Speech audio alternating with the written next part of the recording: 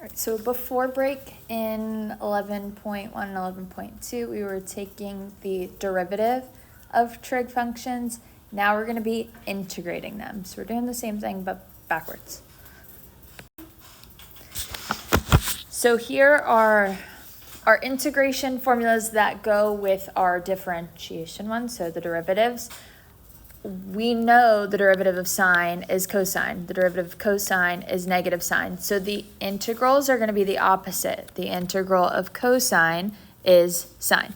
The integral of sine is negative cosine. Now, the derivative of tangent, we know is secant squared. So if we're taking the integral of secant squared, our integral would be tangent. If we're taking the integral of secant tangent, it would be secant. If we're taking the integral of cosecant squared, we would have negative cotangent. And then if we have cosecant cotangent, we'd get negative cosecant. So these are the same as the derivatives, but just in reverse.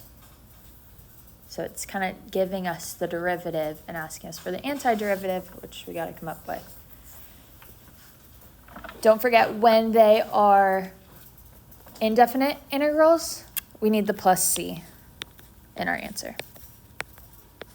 Now these are just the basic forms, so notice it's cosine of u du is sine of u. It's not always just going to be u. We'll have different things going on with it, so we may have to use u substitution. Let's look at a. So we have the integral of 2 cosine of x dx. We can take a coefficient out and put it out front, so this would be 2 times the integral of cosine of x dx. What is the antiderivative of cosine of x?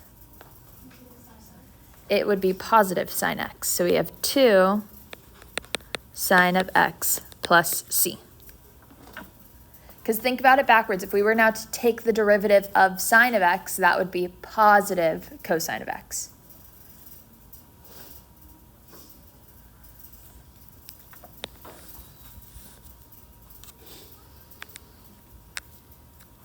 Now with b, we don't just have a basic sine of x. It's sine of x cubed.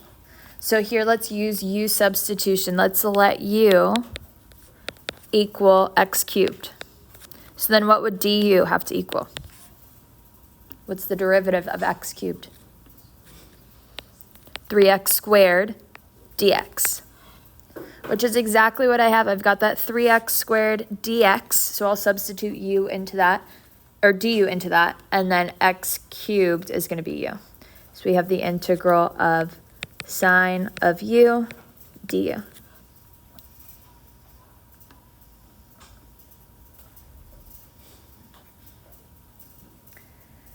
So now we can just use our formula. What's the antiderivative of sine of u?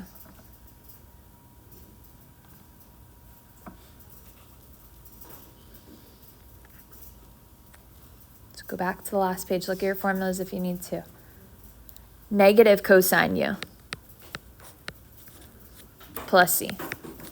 And then the last thing we want to do is plug back in our x's. So we have negative cosine u is x cubed plus c. And to check your answer, you could always just take the derivative of this, which would give us the original function. Awesome, let's do c. So for c, I see that I have secant squared, which I know goes with one of my trig functions. What derivative of a trig function gives us secant squared?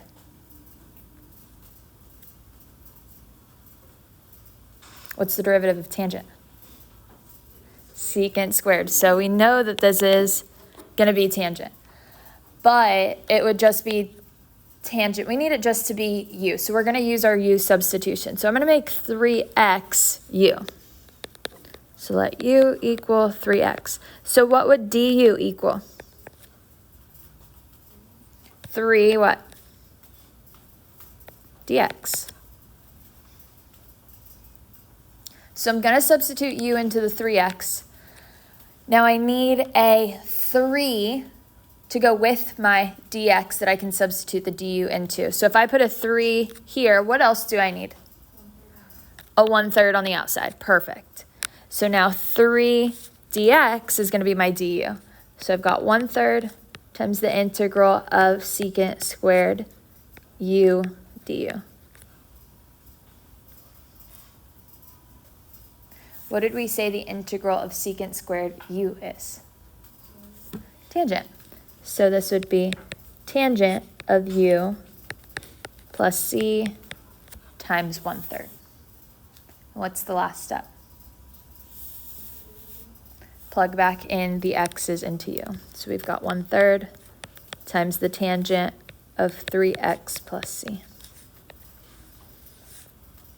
The next page says, however, because of the variety of trig identities, it often happens that an integrand that fits one of the basic formulas will come in a disguised form. This is shown in the next example. So sometimes we may have to simplify in order to get it to look like one of our antiderivatives. So looking at example 3, we want to use our trig identities to simplify here. I know that cosecant and sine are kind of related to each other. We can make cosecant 1 over sine, or if you want to make sine 1 over cosecant, you could do it either way. I'll make sine 1 over cosecant since I've got more cosecants there. So I'm going to change this to be 1 over cosecant x. What else do you think I could do to simplify?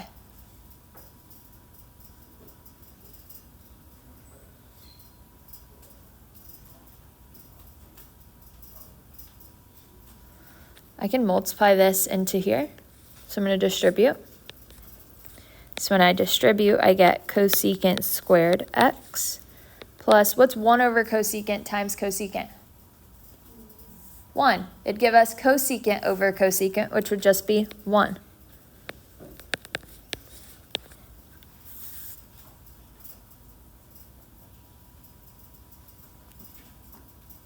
Now from here, we know that cosecant squared is one of our derivatives. So we have an antiderivative for this. So I'm going to break this apart into 2 integrals. We have the integral of cosecant squared of x dx plus the integral of 1 dx. So I can break this apart and take my antiderivative separately. What trig function gives us the derivative of cosecant squared?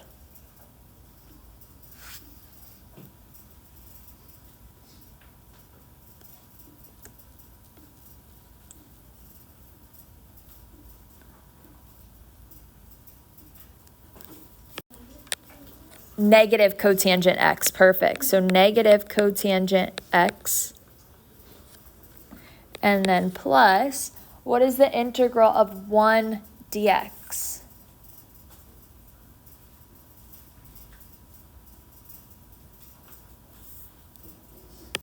X. And then what am I missing from my answer?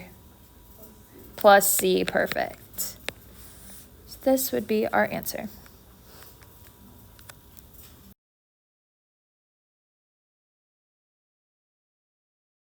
So looking at example 4, I see that I have a secant squared, which I know is a derivative of one of my trig functions. Secant squared is the derivative of tangent, so I'm going to keep that in mind here. But ideally, I want it just to be secant squared of x, or secant squared u. So we're going to use u substitution here. I'm going to make the square root of x u. So let u equal the square root of x, which when we take the derivative of it, it's easier to write it as x to the 1/2 power. So du, what's our derivative of x to the 1/2 power?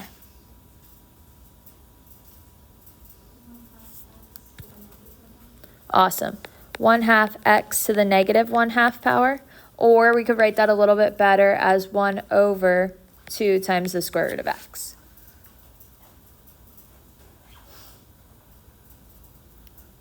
Dx.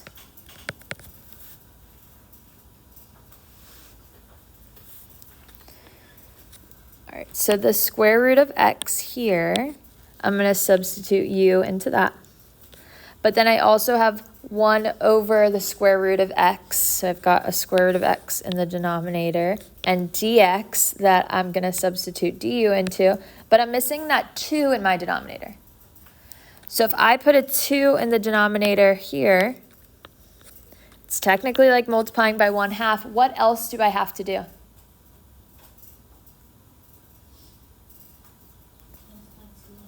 Multiply by 2 on the outside. Perfect. So now we have a 2 square root of x in the denominator times dx. So that's going to be my du.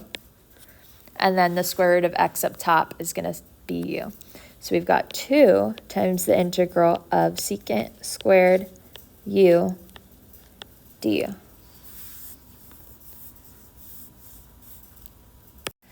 What is our antiderivative of secant squared u? Tangent of u. So we have 2 tangent u plus c. And then what's the last step? Plug back in our x's. So u equals the square root of x. I'm going to substitute that back in. So we've got 2 times tangent of the square root of x plus c.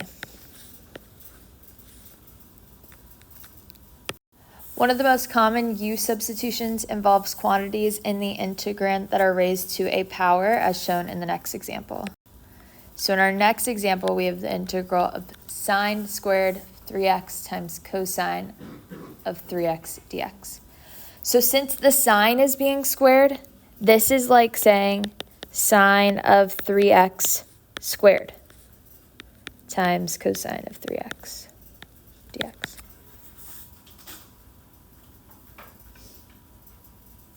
So if we had a cosecant squared or a secant squared, we know that those correlate to our derivatives.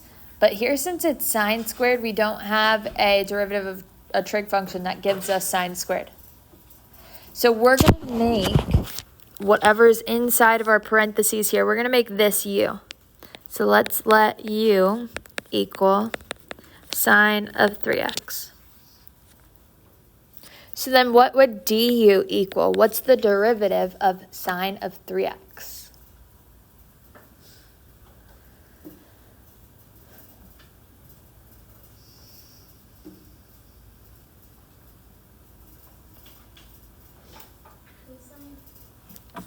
So it'd be cosine 3x times what?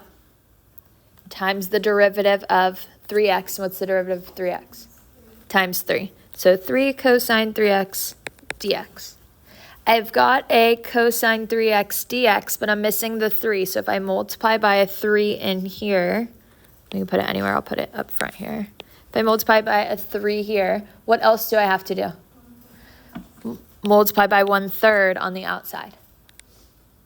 So now when I use my substitution, 3 cosine 3x dx is going to be du. And then sine of 3x is going to be u. So we've got 1/3 times the integral of u squared du.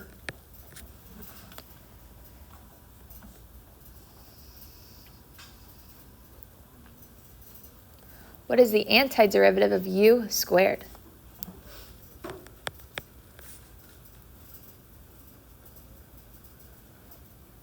Add 1 to the exponent, divide.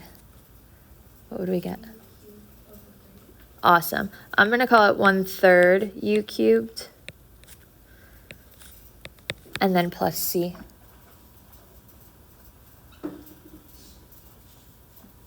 You could say u cubed over 3. It doesn't matter either way. Because then we just have to make sure we multiply it by the 1/3 out front.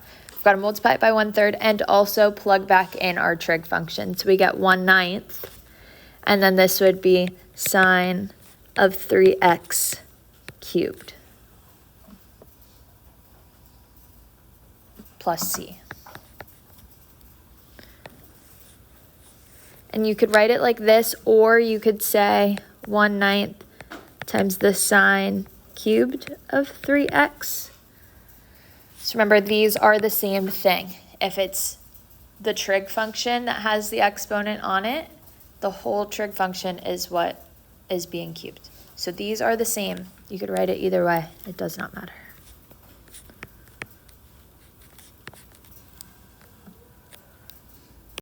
So in the notes, the first 6 integration formulas that we had corresponded directly to the differentiation formula. So we had like the integral of secant squared, which we knew corresponded to tangent directly.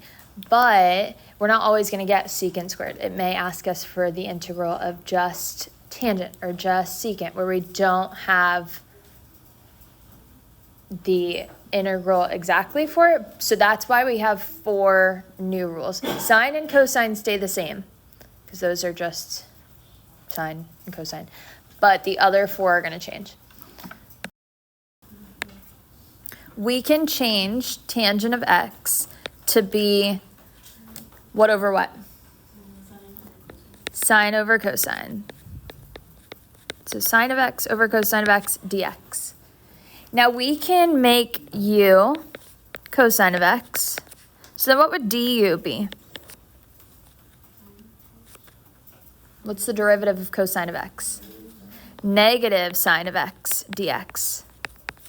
So I have a sine of x dx, but I'm missing a negative. So if I just put a negative in here, what else do I have to do? I got to put a negative on the outside too. So now I can make negative sine of x dx du, and then make it 1 over u. So we have negative times the integral of 1 over u du. Now what? So our integral of 1 over u would be negative ln absolute value of u plus c. And then last step, we would just have to plug back in our u. So we have the negative ln of the cosine of x plus c. So this would be the antiderivative of tangent of x. So we have formulas for these. We have the integral of tangent, secant, cosecant, cotangent that are not part of the first few formulas that we did. But if you forget the formula for this one, you can always just derive it or find the integral of it. So do the math to find your answer. So on the next page, sine and cosine we had from the first few formulas. So these are the same, so they're not new. We just have the next 4 that are different. So these 4 you got to add to your memory. Got to know these for the test. So the integral of tangent of u we just did is negative ln of cosine of u. The integral of cotangent of u is the ln of sine of u. And then we have secant and cosecant as well. In example 9, we have a definite integral. We're going to find this the same way that we did with our indefinite integrals. It just means that we're going to have to plug in our values at the end. So first, let's look at this and maybe use one of our trig identities. Do we have an identity that we can change 1 plus tangent squared to?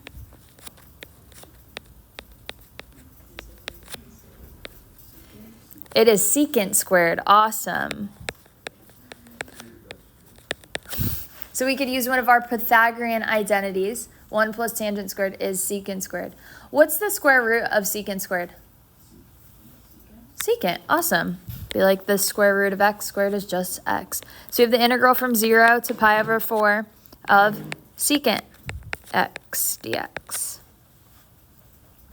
So what is our integral of secant of x?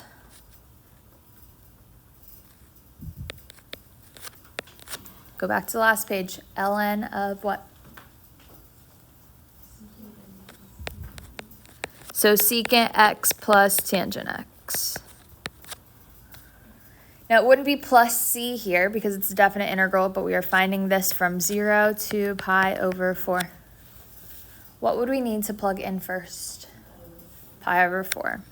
So we have the ln, the absolute value of secant of pi over 4 plus tangent of pi over 4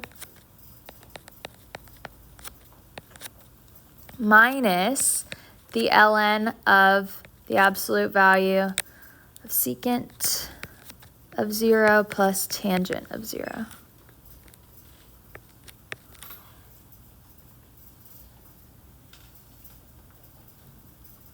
Yes, you get a unit circle. So let's copy and paste our unit circle here.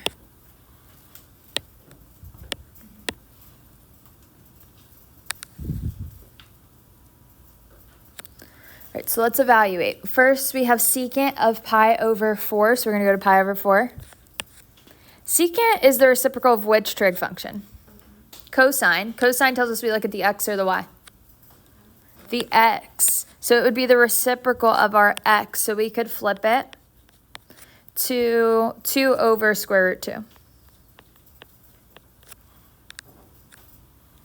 We can rationalize here too. If we multiply the top and the bottom by square root 2, we get 2 square root 2 over 2. 2's cancel, so this would just be what? Square root 2, perfect. So I'm going to simplify this to square root 2.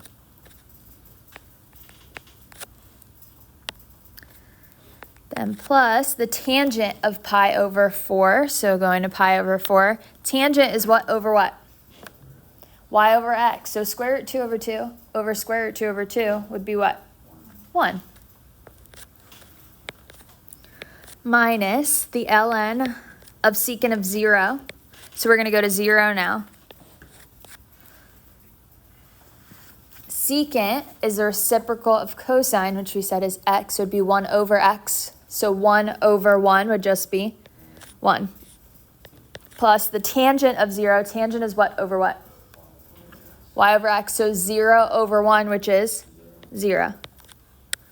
So here I have the ln of the square root of 2 plus 1 minus the ln of 1. What is the ln of 1? 0. Awesome. So this goes away because it's just 0. So our answer would just be the ln of square root 2 plus 1. You won't have a calculator for the test, so just leaving it like this would be fine. All right, let's look at example 10. We want to find the average value of tangent of x on the interval from 0 to pi over 4. Average value, we have to find the integral from 0 to pi over 4 of tangent of x dx. But what do we have to multiply by to find the average value?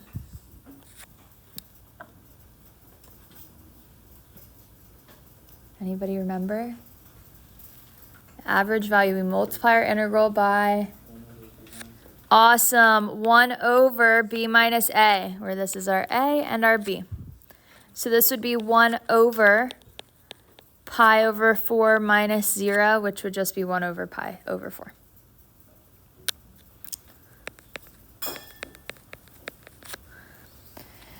So let's evaluate our integral. It's just the tangent of x, so we can use our formulas. What is the integral of the tangent of x?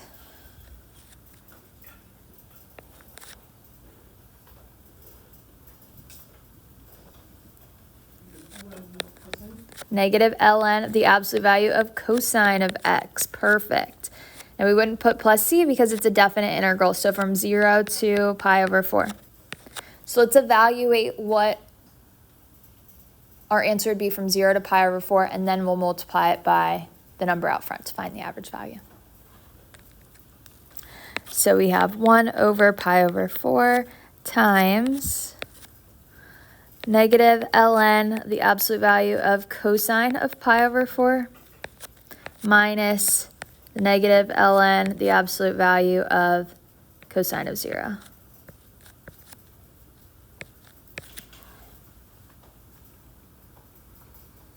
If you want to make it a plus, you can, but let's find what our values are here. So starting with pi over 4, cosine tells us we look at what? The x. So we have 1 over pi over 4 times negative ln of square root 2 over 2 minus negative ln of cosine of 0 would be 1. What is the ln of 1? 0, so this goes away. So everything after that minus goes away. So now we just have 1 over pi over 4 times negative ln of square root 2 over 2. We wouldn't multiply a fraction in a fraction. What would we do when we have a fraction in a fraction? Keep, change, flip. Keep the top, change multiplication, flip the bottom to 4 over pi. So we have 4 over pi times negative ln of the absolute value. So this would be negative 4 over pi times the ln of the absolute value of square root 2 over 2. So that would be our answer.